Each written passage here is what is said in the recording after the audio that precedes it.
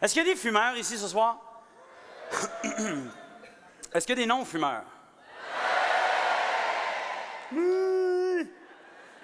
Est-ce qu'il y a des gens qui fumaient et qui ont arrêté de fumer? Vous avez trouvé ça difficile? Non! Moi, j'ai arrêté de fumer dernièrement. Et c'est la chose la plus difficile, honnêtement, que j'ai fait dans ma vie. Ça affecte mon cerveau.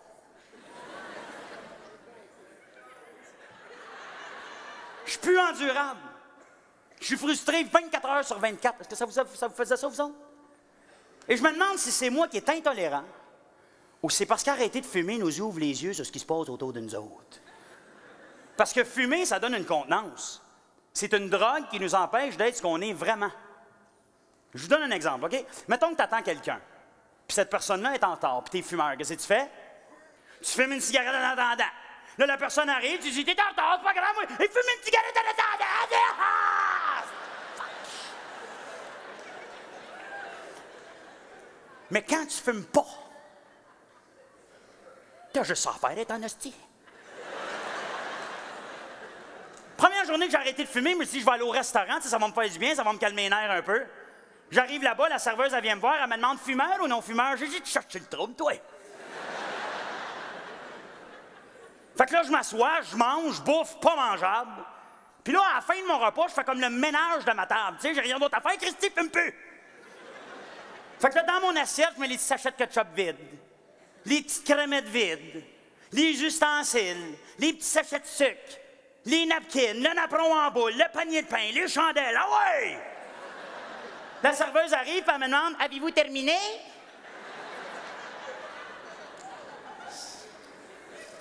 Moi, j'arrêtais avec des patchs, OK? Quand j'entendais des affaires de même, je frottais ma patch comme toi, comme toi. J'ai dit, t'as pas choisi ta journée pour être niaiseuse, toi?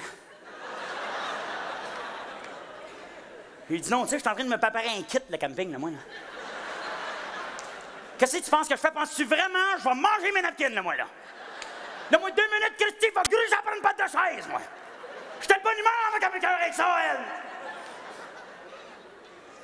Là, j'arrive chez nous le soir, pas capable de dormir, tourne d'un bord, tourne de l'autre, je capotais. Je me suis dit, je vais écouter la TV, ça va me faire du bien, tu sais. J'ai regardé le reportage le plus stupide que j'ai vu dans ma vie. Il y avait une femme qui parlait de son hamster. Mais ça ressemblait à ça. Moi, mon hamster a pogné le cancer du pancréas. Là, à cause de ça, on est obligé de donner des antibiotiques par injection. Puis ça, c'est un petit peu comme la chimiothérapie, fait qu'il perd tout son poil. Puis là, je regarde la cage de mon hamster, puis je me dis, bientôt, il va mourir, puis moi, je vais être toute seule.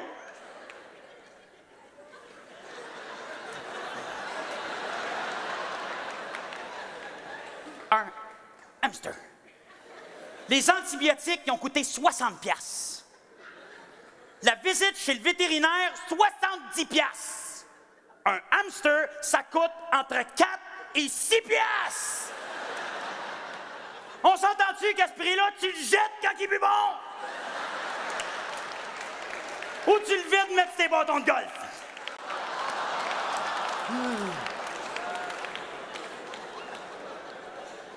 À un moment donné, je suis allé chez un de mes chums pour y porter une boîte de 24 cendriers, tu sais. J'ai été là 1 minute, c'est pas long, 1 minute. Je sors dehors, je regarde en bas, il y a un petit bonhomme vert qui est en train de mettre un ticket sur mon char.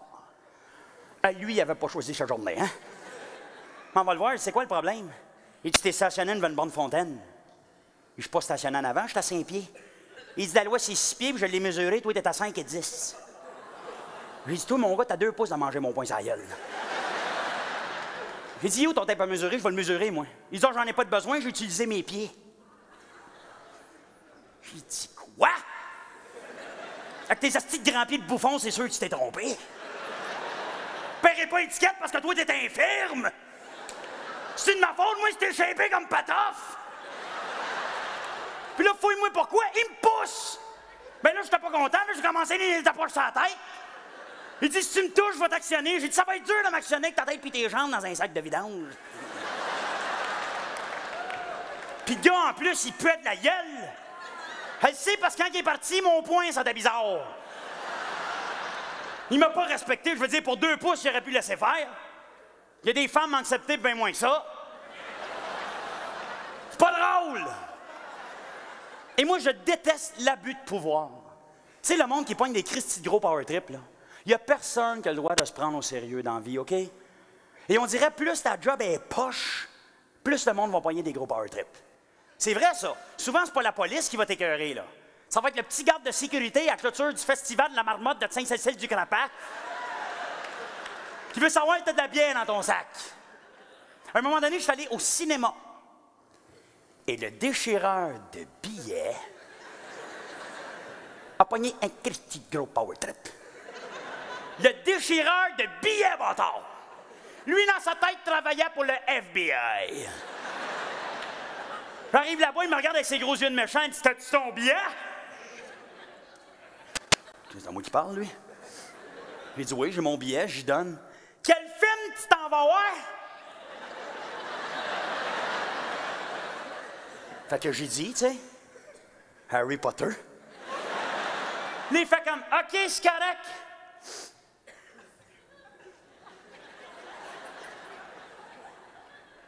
Tu peux y aller. J'avais l'impression d'être aux douanes, tu sais. Cette journée-là, j'avais un sac à dos. Il fait comme hey, qu'est-ce que t'as dans ton pack-sac? Là, je commençais à t'écœurer. Je dis pas de tes affaires. Il dit, tu me niaises-tu? Je dis non, je pense que t'es capable de faire ça tout seul. Là. Il dit, veux-tu savoir combien tu pèses? Pas dedans. J'ai dit, toi, veux-tu savoir si t'es capable de chauffer ton char? Pas de Dieu.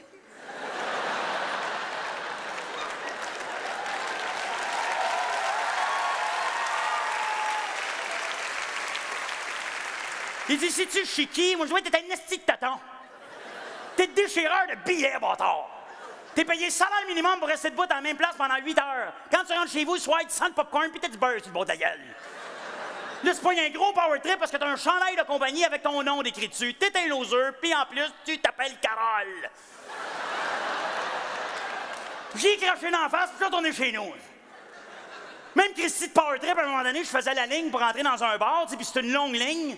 Fait que je m'en vais voir le portier, ça va prendre combien de temps à peu près? Il t'apprendra le temps que t'apprendras, tourne en arrière.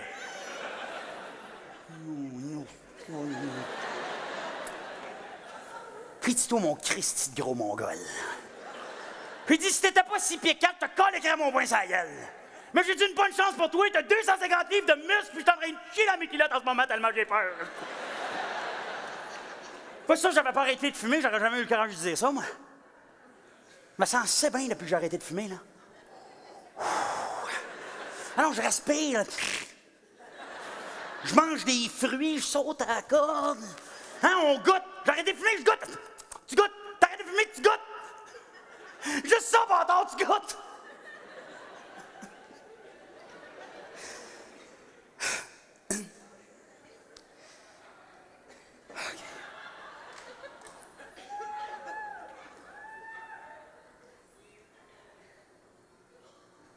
Avant, j'étais aveugle. Maintenant, ah ouais.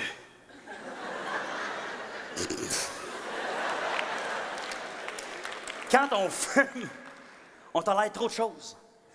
À un moment donné, je suis allé dans un magasin de lunettes pour m'acheter des verres de contact, OK? Parce qu'il n'en restait pas au Canadian Tire.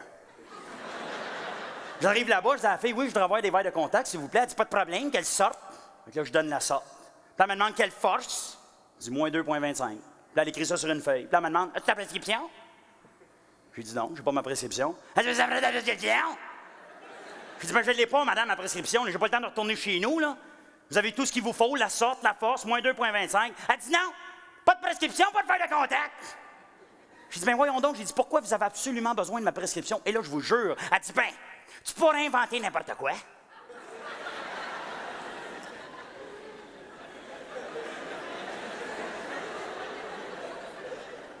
Fille dit quoi?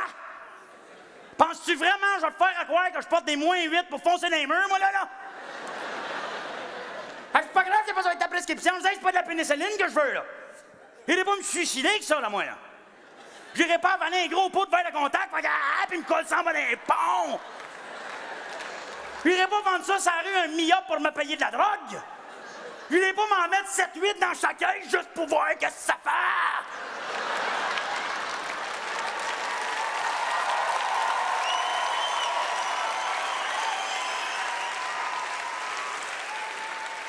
J'ai dit, toi, si t'es diabétique, t'as demandé une prescription à l'épicerie pour te vendre du sucre? J'ai craché dans la face, puis je suis retourné chez nous. En sortant du char, j'étais bien de bonne humeur, tu sais, je gambadais!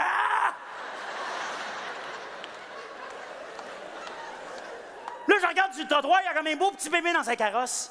Puis il était cute, le bébé, puis moi, j'aime ça, puis j'étais de bonne humeur, puis j'ai fait « guili-guili! »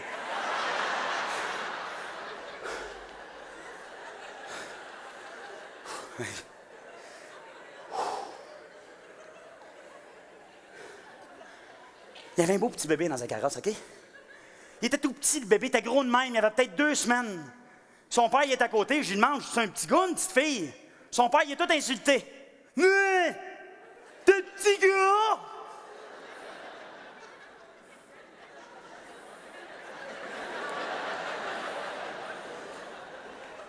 Je lui dis, excuse-moi, là.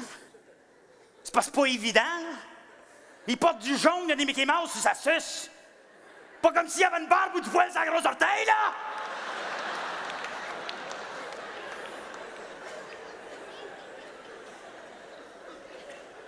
Le bébé m'a craché dans la face, puis je suis retourné chez nous.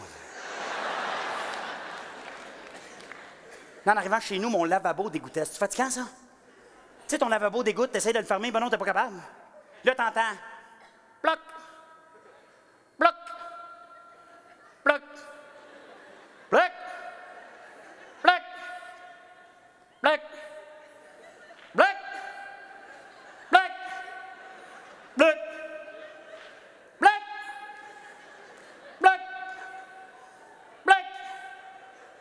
Bloc! Bloc!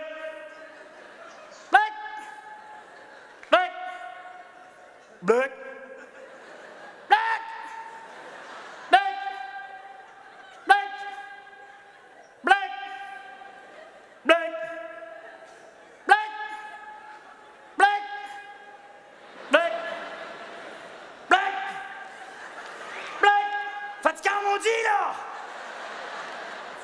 Ça me rappelait une de mes blondes fatigantes qui arrêtait pas de me demander « Qu'est-ce qu'il y a?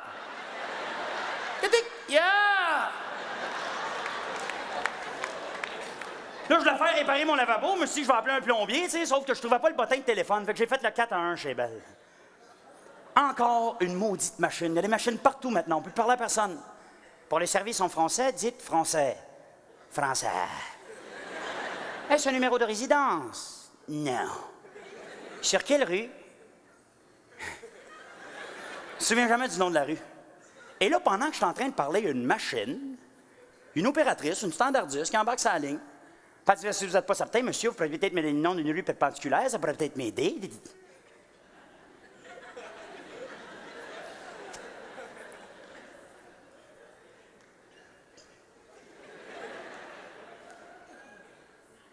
T'étais là, toi?